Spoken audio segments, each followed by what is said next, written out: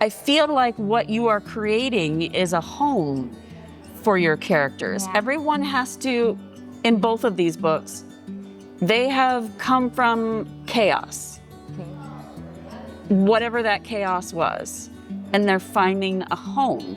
Would you? 100%. Yes, I'm like, that's it. That's what I'm doing. Yeah, that is exactly it. And the idea that everyone deserves a home, and the idea that maybe your home isn't the first place you come to. Maybe your family isn't the one that you were born to. Maybe it's the one you find later, and that is just as valid and as important, as beautiful as anything else. And that there are people out there that will make you more of you, and that will see the good that's inside of you as you are, that you don't have to be someone else. Welcome to the Curious Cat Bookshop podcast, the podcast of the independent bookstore of Winsted, Connecticut, creating a literary community in Northwest Connecticut, bringing our local authors to the world and the world to our community in Northwest Connecticut. Welcome to the Curious Cat Bookshop podcast, and thank you so much to Little Red Barn for hosting us. I can see that many of you have already ordered drinks or food, so thank you so much for supporting them, for allowing us to do this recording here. And welcome to Sarah Beth Durst. Hi. I'm Stacy Whitman, and I'm the owner of the Curious Cat Bookshop. And today we're celebrating our second anniversary here in Winsted. Yay! So thanks for celebrating with us. And we're going to dive right into our conversation with Sarah. We're going to talk about these books. We're going to talk about your whole career, of course. And then we'll leave about 15 minutes at the end for questions, because I know a lot of you have read all the books, or as many of the books as possible. So I know you're going to have questions. So we will be passing the mic around at the end, but there will be a no spoilers policy, because a lot of people have not read all the books. So we'll hint at things so that you'll be interested to read the books if you haven't yet. Okay? So here we go. All right. So I'm trying to resist the urge to make everyone sing Happy Book Anniversary. Can we do it? You want to do it? We're doing it. okay, fine. Happy Book Anniversary to you. Happy Book Anniversary to you. Happy Book Anniversary, Stacy and Curious Cat Bookshop. Happy Book Anniversary to you. Thank you. Yay. So, Oh, I forgot you're recording and I'm singing into a camera. it is totally fine. And now I'm going to be introducing you. Cool. You guys want to sing for me? Sarah Beth Durst is the New York Times and USA Today best-selling author of, it's got to be more than 25 books at this point. I copied this from your website. House was 30. Yeah. So with the next one, I'm going to change it to over 30. For adults, teens, and kids, including our cozy fantasy that we're talking about today, the Spellshop, and the Enchanted Greenhouse. She's been awarded the American Library Association's Alex Award, which is an award for books that are published for adults that have great appeal for teens, and the Mythopoeic Fantasy Award. And several of her books have been optioned for film and TV, including Drinks Play Love, which I did not know. That's a deep cut at this point, and we're going to talk about this, which was made into a TV movie. So it's already done. Yeah, it was cool. It's on the iTunes. Wow, it got very loud. And was a question on Jeopardy. Yeah, that was really cool too, and unexpected. So she lives in Stony Brook, New York, with her husband, her children, and her ill-mannered cat, which we are very happy about. Yes. So, welcome, Sarah Beth. Thank you so much. And so Sarah and I have known each other since way back. I was at Wizards of the Coast, and you were just publishing your very first YA novel. That is right. And you were friends with an author of mine that I was publishing back in like 2007. Yeah, Tiffany Trent. We knew each other on LiveJournal. Anybody remember LiveJournal? Oh, I don't know which of us is like microphone number. How is our sound? Like, are we like loud enough? Not loud? Too loud? Am I too close to this? This is our backup mic, but we might have to turn it off. But let's start with the books in question, because they are cozy fantasy. which wasn't even a thing until a few years ago, right? Well, the seeds were always there. We've always had optimistic fantasy. I mean, Howl's Moving Castle by Diana Wynne Jones, that's definitely cozy. Summon the Keeper by Tanya Huff. Robin McKinley's Beauty, especially when you go into the books, the library that the Beast has, and he's got the rolling ladder that everyone wants. Oh, yeah. Oh, yeah. And Robin McKinley did it before Beauty and the Beast did, the Disney thing. I'm just happy to have as many libraries like that as possible. But I think you started writing the Spellshop in 2020, right? Specifically, March 2020 was when the Spellshop was born. You may recall March 2020 was a special time in the world. Yeah, I wanted to write a nice book. I found myself, when the world fell apart quite so dramatically, retreating into all of those comfort reads that I loved, like Diana Wynne Jones and Rob McKinley and Tamara Pierce and Anne McCaffrey and Sadie Flackey. Were you like me, where you're just like, I can't read, and then suddenly you were able to read by going back to the cozies? Yeah. Like the cozy read for you. Gentle books. And I said, I want to do this. I need to write a book that brings me joy. And that's exactly what I did.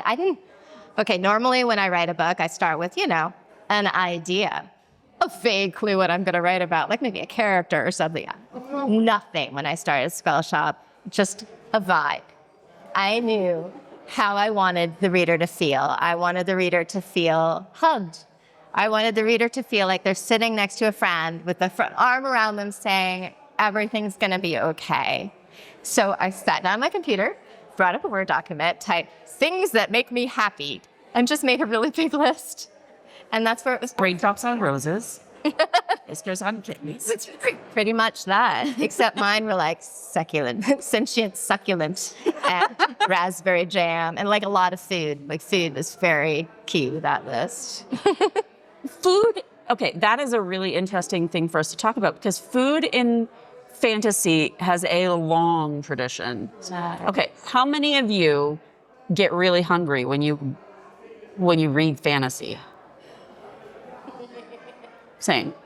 I mean, I want to say that reading Tolkien is kind of a food tour of Middle Earth. Redwall? How about Redwall? Oh, Banquets galore with your mice friends. you could do an entire thesis on food and fantasy for children, and I'm sure that they've been done. It's so important. Like, it's a major part of the theme of home. Yeah. And I think that's actually really interesting that you're doing that in the Spellshop as well. Like, I feel like what you are creating is a home for your characters. Yeah. Everyone has to, in both of these books, they have come from chaos. Whatever that chaos was. And they're finding a home. Would you? 100%. Yes, I'm like, that's it. That's what I'm doing. Yeah, that is exactly it. And the idea that everyone deserves a home, and the idea that maybe your home isn't the first place you come to. Maybe your family isn't the one that you were born to.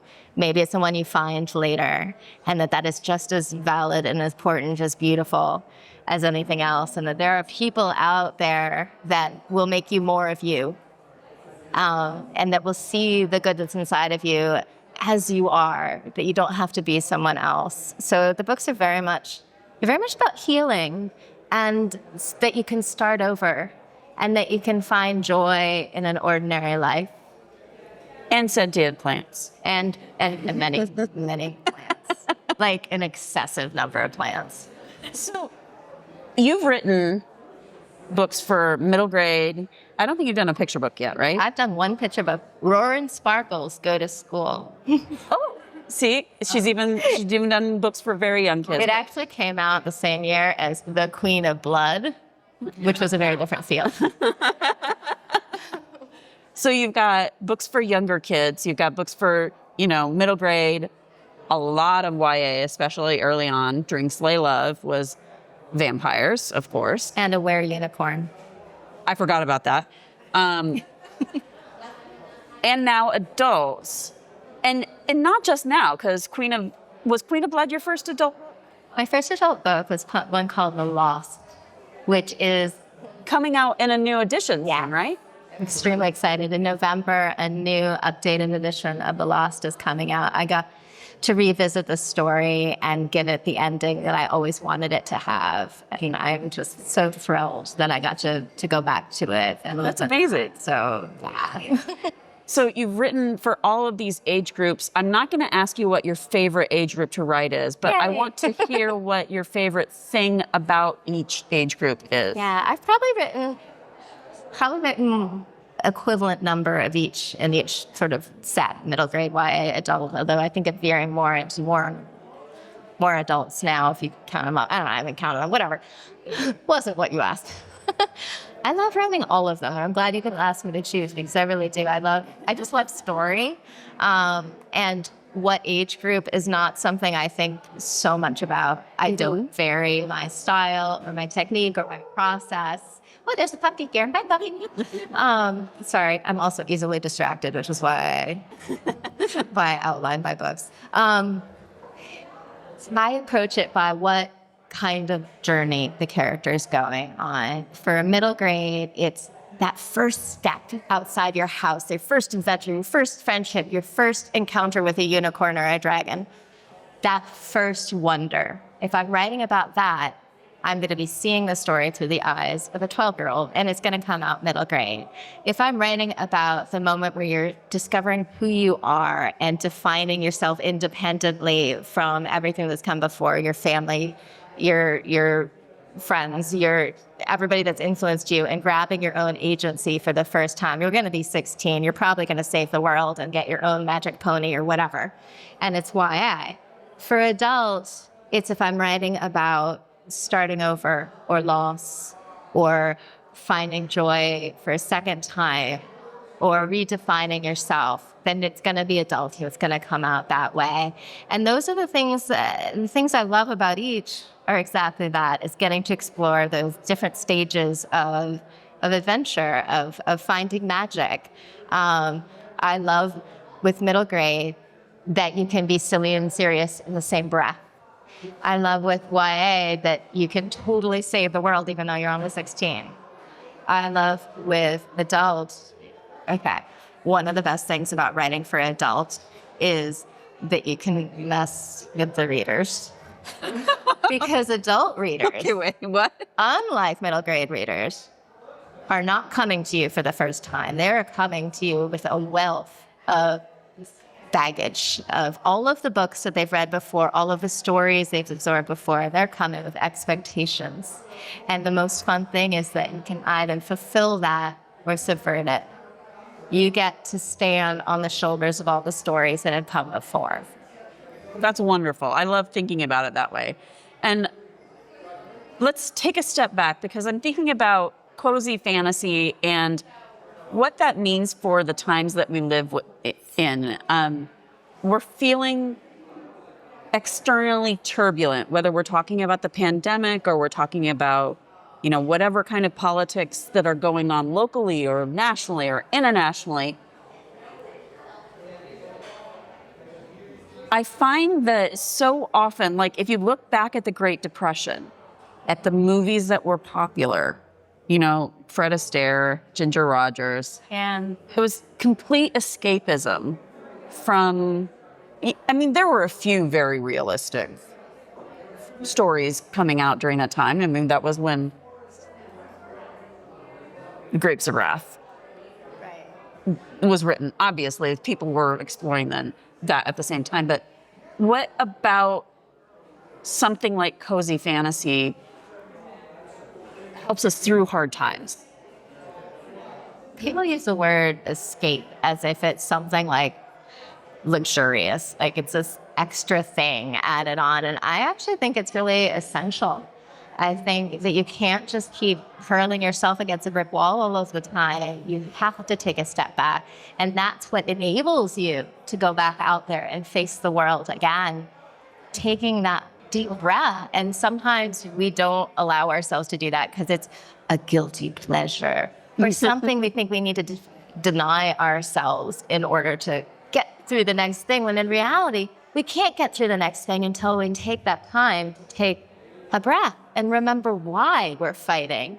And I think that's what cozy fantasy is for. It's for that deep breath. It's so that you have a sanctuary you can go to, hang out with your talking plants, and then come back to the world feeling stronger. That's what I hope it does. I hope it gives people a chance to, that line in Lord of the Rings with Sam going, remember the good things in the world. That's what cozy is for. It's to remind you that it's good to sit down and eat some jam. It's good to have a friend to talk to. It's good to look at the sunrise and the sunset and remember why. What it's all for. Yeah, what it's all for. Exactly. That's wonderful. I love thinking about it that way. Many people, one reader in particular, have questions and questions and questions. One of which was, how much do you bake and how much do you garden? And now the question of honey cakes comes up. So let's just rehash that conversation from earlier, because I'm sure many people wonder, do you have a honey cake recipe? No. Okay, here's the thing. I love writing. It makes me happy. It's what I do every day. I love stringing sentences together. I have absolutely no other skills whatsoever. I like to eat, so I have tried baking, but I have yet to make a baguette that doesn't feel like a baseball bat. I tried making honey cakes. It did not go well. So the honey cake in the Enchanted greenhouse, which is a very important element in it, is kind of like Turkish delight, in line which in the word bloom. Like, don't actually eat my honey cake, but like imagine it as fluffy and golden like the sunrise. Because that's what I pictured when I wrote it. But like, yeah.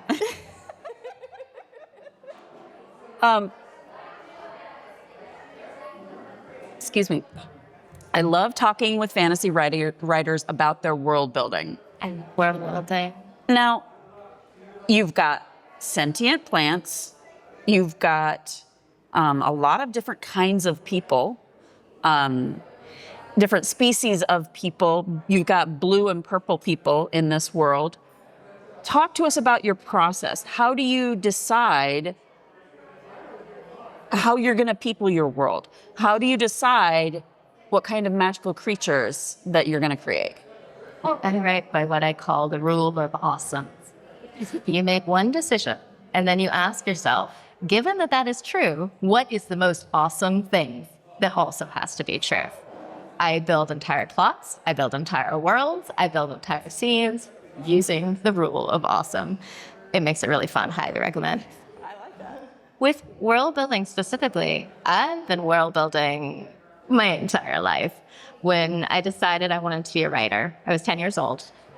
Before that point, I just didn't know like humans wrote books. I just thought they like poof magically appeared on the shelves, But once I decided I wanted to be a writer, I didn't know where to start. I'd never met a writer. I'd never seen anybody do it. Had no clue. So what I decided, the very first step to becoming a writer was to gather all the scrap paper in the house, tape it together, and draw a huge fantasy world, and then people it with people with magical powers who taught me animal sidekicks. And that's how I started. I love it. So I've been doing this a long time. And generally when I world build, I do it just by asking questions. Now, once I made the decision to include a sentient spider plant, then the next question is, okay, how does he move? How does he do? What sort of world? What does he do? Where did he come from? You just keep asking questions. And then you grow a world that is organic because each of the pieces hinge on the prior decisions. That's definitely true. And also, I have to say, if you haven't listened to the audiobook of the Spellshop, the narrator does such an amazing job with Kaz. Her name's Caitlin Davies, and she also does the audiobook narration for the Enchanted greenhouse as well. Yeah. Brilliant. And Libro FM is the place to get it. Let's see here. Let's talk about that cover art. I love my cover artist. Her name is Lulu Chen, and she is brilliant. It's like she looked into my mind. Like people ask me, like, "Oh, what was your involvement in the cover?" And this is my involvement. Lulu Chen sends a picture, and I go, It's beautiful. So yeah, that's it. Well, and actually, let's back up a bit because a lot of people here might not know how it works with your cover art because oftentimes authors don't even have any say. It's like, hey, what do you think? I hope you love it. Yeah, I used Do to you when I get that first thought? when I first started out. I used to make my husband open those emails so he can tell me whether I should brace myself or not. Because usually And you've, at this point, gone through a whole, like, 4 or 5 generations of different, like, trends of covers. Yes, it's funny with trends, but I feel so lucky with these covers because It's gorgeous. they so perfectly match what I envisioned. And the cover is the invitation. A cover is the promise of what kind of journey you're going to go on. So having it match was so very important to me. I did actually do mood boards. I guess I just didn't say that, yeah, it's beautiful. But like the work is all done by the artist. But this so perfectly match what I envisioned for. Did you have a chance to tell your editor, this is what I'm thinking, like, for, like, vibes or anything like that? Yeah, Or- I sent in a mood board. My Pinterest now recommends many cottages at me, and I'm fine with that. So, yeah, because I did have the feel that I wanted. I wanted everyone to feel welcome. Everyone to come in and have some jam and some hot chocolate or tea or coffee, whatever you prefer. And hang out with plants and mer horses and winged cats and tiny dragons and so forth. And you just be. So the cover art has been a wonderful thing, and that it is making the promise that I wanted it tonight. That's wonderful. One of our readers noted that you've got seamless transitions between scenes, and wanted to know if it was magic. Do you write by magic? Writing is magic. Well, my cat writes about every other paragraph, so there's that. Writing is magic because you're bringing to life something that didn't exist before. You're trying to cast a spell, to create this moment of shared dream between you and somebody that you'll never meet, surely through the letters and the page. But it's an understandable magic. I mean, it's like the Tiffany Aking's, like, it's just because you know how it's done doesn't mean it's not magic. I love that description as shared dream because so often I'm seeing all this AI stuff right now of it'll do the work for you. And I think the work of the writing and publishing process is exactly what you're talking about. It is a human to human contact of a shared dream. 100%. I mean, that's what makes fiction so wonderful. Nonfiction has its place. Yeah, I feel like nonfiction, that's lovely, whatever. But no offense to nonfiction, but nonfiction is designed to talk head to head, right? Which is important. Fiction is designed to talk heart to heart.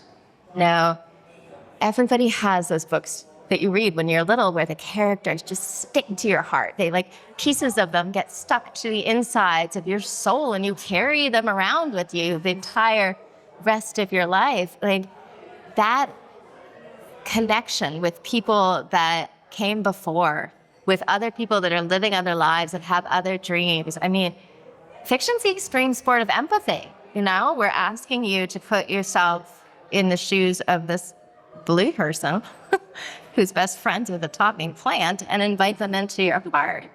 And if you can do that, maybe you can love anybody.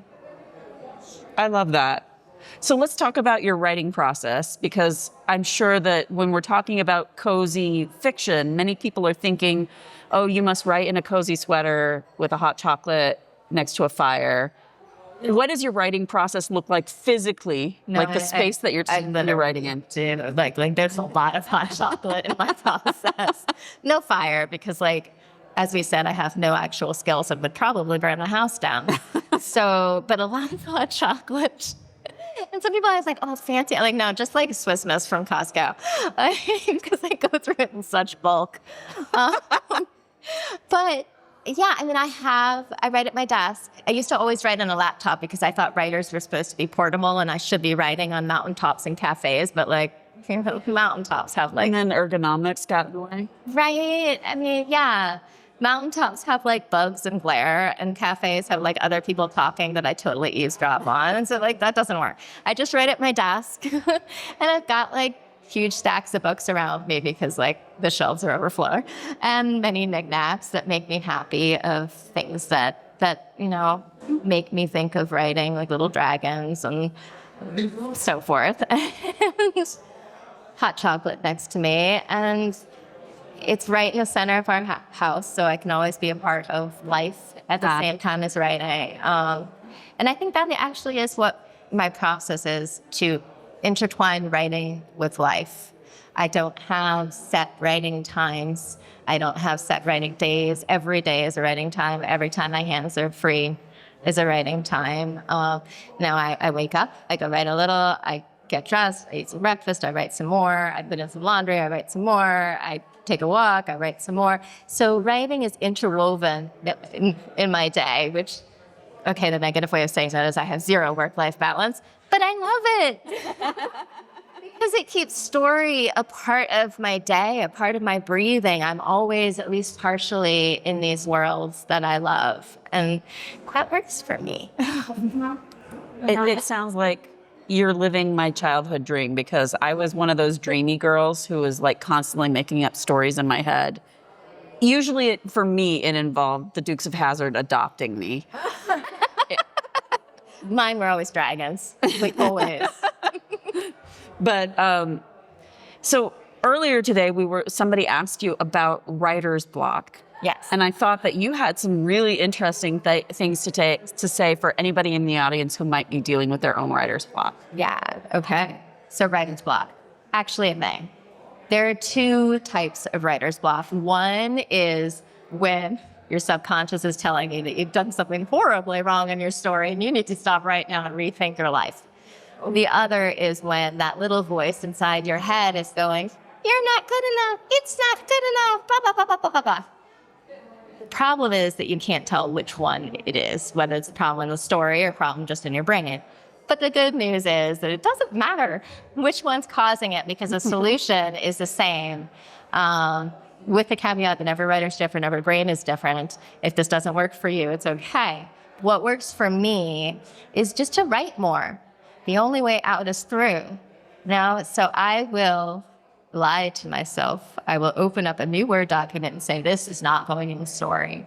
This is not, no one's ever going to see this. I'm just playing. We're going to audition these characters. We're going to audition the scene. We're just going to play and just get the words flowing. And yes, maybe none of that ends in the final story, but there might be one sentence there that's like, oh, that's what I was trying to say. That's what the story is. That's where I need to go back to. So for me, writing unlocks writing. Writing begets writing. And with the play stuff, have you ever had something come out of it that didn't go into that book but ended up in another book? Oh, yeah, all the time. Yeah, save all your writing. Never delete anything. Back everything up, like all the time. It's all writing. It's all fodder for the No process. writing is ever wasted, because you're always just learning something about yourself. One of the things that I've discovered through writing like 30 books is that the process of writing books reveals the things that you're obsessed with. Apparently I'm obsessed with things talking that shouldn't talk.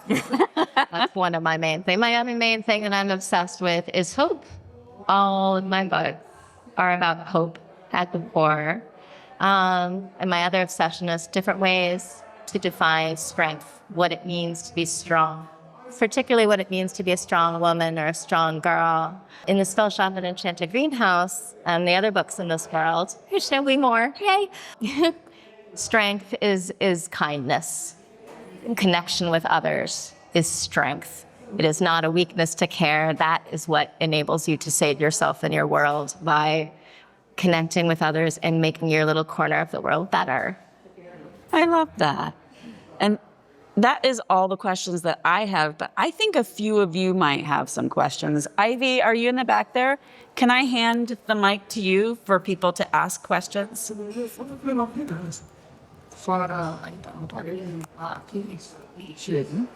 Keeping in mind that I only know things about writing and books. The little mic is for the podcast. The big mic is for us to hear you. Raise hands. Over there. This one. So I would like to know what your ill-mannered cat's name is and your adoption story with the ill-mannered cat. Thanks for asking. Her name is Gwen. Sometimes we call her Gwenifer. She came with that name, and we didn't want to, we wanted to honor her heritage by keeping her original name. Also, we couldn't think of anything. I'm the person that named 2 cats Fluffy when I was growing up, so I cannot be given that responsibility. We got her from a shelter, and the interview process was the most intense thing I have ever gone through. They came to our house, they called the vet, they interviewed people, and I was so nervous that we wouldn't get this cat, and just I burst into tears when the cat and so we got her when she was a kitten, and she was, kitten sized. So I put her right here on my shoulder, curled against my neck. So I'm like, aw, that's so cute. You can do that with a kitten. And when she grows, she'll transition to my lap. She did not. No. So I write most of my books with this large cat in front of my face, hitting the screen. And there's so much fur in my keyboard. Way too much fur. So I think she's wonderful. And not ill-mannered at all, except, when we display her.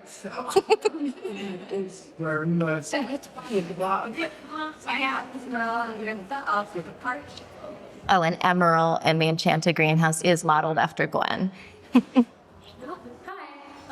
I'm in the middle of finishing a book, and I'm going to start querying. I was wondering if you had any advice for, since you've obviously been through it a long time ago, but do you have any advice? Do you have any advice, kind of emotionally going through that process? So much to say. Yeah, stubbornness, I think, will get you through it. Starting the next book. Wait for me to put the mic. Oh, it's having fun with its friends. This is me making terrible noises. Sorry. Writing the next book, believing in your story and yourself. I think the thing to remember is that only you can tell your stories, and if you don't, no one else will. Now, there are countless of stories inside of each of us, and you are the only ones that can let them out. So I think don't worry so much about what the readers are going to think. If you love it, there's going to be people out there that love it too. In more practical terms, with the whole querying process, there is a lot of luck involved. Sorry. Right here. Right there. There's a sweet spot. There's a lot of luck involved, but here's the thing. You can make your luck by continuing to write and telling the stories that are in your heart that you want to do. It's okay, you're trying to get hit by lightning, right? So you need to go and dance in a thunderstorm in a field. And that will increase don't literally do this, anyone. Just metaphorically, dance with that lightning. So, keep trying. Once you finish this book and send it out, don't think about it. Write the next book, and then write the next book, and write the next. That's what I did. It's not necessarily the quickest path. Sometimes it can be, but it's satisfying because you get to tell your stories. So it's worth it. Can you hear me? Yes. Yeah. What advice would you have for somebody who is not a writer and has not ever written anything? I write all the time for work, but that's different. Who is old and terrified to start? Chocolate helps a lot, a good stash of chocolate. Tell yourself that no one is going to read it, and then just do it. The key is to turn off that little voice that everyone has inside their brain that's telling you, oh, it's not original enough, I'm not good enough, whatever. That little voice is absolutely useless in the beginning. You can bring that out later when you're editing, that's fine. But put it away for now. I write to music because I find that little voice gets distracted and goes singing off to the music, and I can get work done. one thing I'd recommend in the beginning is just like, tell yourself, no one's going to see this. Do stream of conscious writing for a set amount of time, like 10 minutes. Set the little alarm on your phone, write for 10 minutes without stopping, without going back, without editing, and just get the words flowing. Once you get the words flowing, more will come. However, if you start out saying, I want to write a book exactly like that one sitting on my shelf, you're setting yourself up for like being very sad, because that book has been through so much to get to that stage. You have to let yourself write terribly first. Like drivel, like no verbs at all, just the most self-indulgent whatever, just let the words flow. Because then once the words are there, that's when the magic actually happens, because you have something to sculpt. You have something to make it beautiful. So that first draft, that first spelling out, yeah, that can be kind of painful because it's never going to match what's in your head. But once you get it out, then it can only get better. And that part's really fun. And I would like to add to that, anyone that is thinking about writing, even if you don't plan to show it to anyone or want to get published or anything like that, I really, really recommend it, because making up people and places that don't exist is one of the joys of being human. We can do that. We can fall in love with the imaginary. So you should give yourself permission to make your own imaginary and love it, even if you never show anyone. Okay, sorry. Next question. Hi, I just wanted to say thanks for coming out. This is a really cool experience, and it's cool to like hear how you speak and how I feel that in your books. Like it really comes through. They are very me. Yeah. It's really, really inspirational. And then I also wanted to ask, you mentioned earlier about the books you read as a kid and how they shape you, and you bring that with you along the way. I was curious what books and characters and like arcs have you brought along your way as you kind of go through your life? Oh, I love that question. I mean, definitely probably the most foundational book that I read was Alana by Tamara Pierce. That's me too. Oh, yay. Oh, so good. So for those of you who haven't read it, this is about a book about a girl who wants to become a knight in a land where only boys can become knights. And I just have this crystal clear memory of closing that book and thinking to myself, if Alana can become a knight, I can become a writer. It's just, I've always loved those books that makes you feel stronger. I mean, fantasy literature is a literature of hope and empowerment. That's what it's for. It's to remind you about, okay, not grimdark, grimdark's depressing. It's got its place too, whatever, yeah, we love it. But fantasy can be that connection with the joyful, connection with others, connection with what we could be if we strive for it. I got distracted. Where do we start? What was my, books, yes. So yeah, Tamara Pierce, Robin McKinley's Beauty, especially her library. Blue Sword, also Robin McKinley, because like cool sword, really, and cool horse. Like honestly, not too much deeper than that. Diana Wynne Jones, Howling Castle, and Calcifer travels with me. Well, Meg from A Wrinkle in Time, first girl Amber Red was allowed to be angry. Yeah. I'm just thinking of my shelves. It makes me want to reread them all. It made me happy. Dark is Rising. I was so sad on my 11th birthday when nobody showed up and said, you are the seeker and now you must find the signs. Like, I missed out. I would have been good at it, right? No, I would last like 5 seconds in most fantasy stories. Spellshop world, I could live. Queen of Blood, I'd be dead in like 5 seconds. But yeah. One last question. I have noticed when people raise hands for questions, it's always like the opposite side that does. So that whoever has a microphone is like... Okay. Hello. I was curious how you come up with your character names, because they're all very unique. And also the creatures, mer horses, my favorite cloud bears. Like what inspired you to create these beautiful characters? I don't know. They're just in there. I'm actually really not good at names. Sometimes I will like steal them from people when they come to get books signed. I'm like, I like your name. I just, some character names fit right away, and some I will have a list of just syllables I've shoved together, like hundreds long, until I find the one that just feels right. And I don't have a really good answer other than like, yeah, you feel like a Keela, you feel like a Terlu, and I don't know why.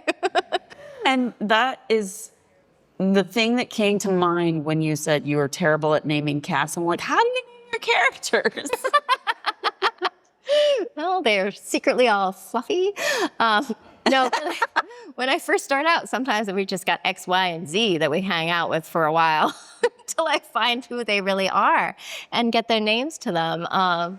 They have to be, sometimes people ask me, like, do I base my characters off of real people I know or TV stars or whatever? And I'm like, no, they have to feel real to me. They have to feel, my job is to really literally create imaginary friends and hang out with them all day. So finding their name, it needs to feel like them. So sometimes it takes a long time. Sometimes I know instantly. As far as the creature, that's really just like, who do I want to hang out with right now? As a kid, I spent the whole childhood reading, but every once in a while, my parents were like, Giles, you need fresh air, go. And then I would go to the woods behind my house and search for a dragon's egg. Didn't find one. Had to write books. So that's where the characters come from, a wish fulfillment. I want magic in the world. I'm going to put it there if no one else will. I love that. And we can end on that note because that is the perfect way to end. But before we go, I want to hear the title of the next book, and you have to go look up the cover of the next book because it's amazing. The next book is called Sea of Charms. And where can people find you online? SarahBethDurst.com, at Sarah Beth Durst on every social media. I'm mostly on Instagram, but I'm also on Facebook and Blue Sky and Threads and TikTok and I'm very findable. So, and please do subscribe to our podcast. We're on YouTube and all your audio podcast platforms. It's Curious Cat Bookshop Podcast. And thank you for coming, everyone. And if you have not had your book signed yet, come on up afterward and Sarah will sign them. And thank you for coming today.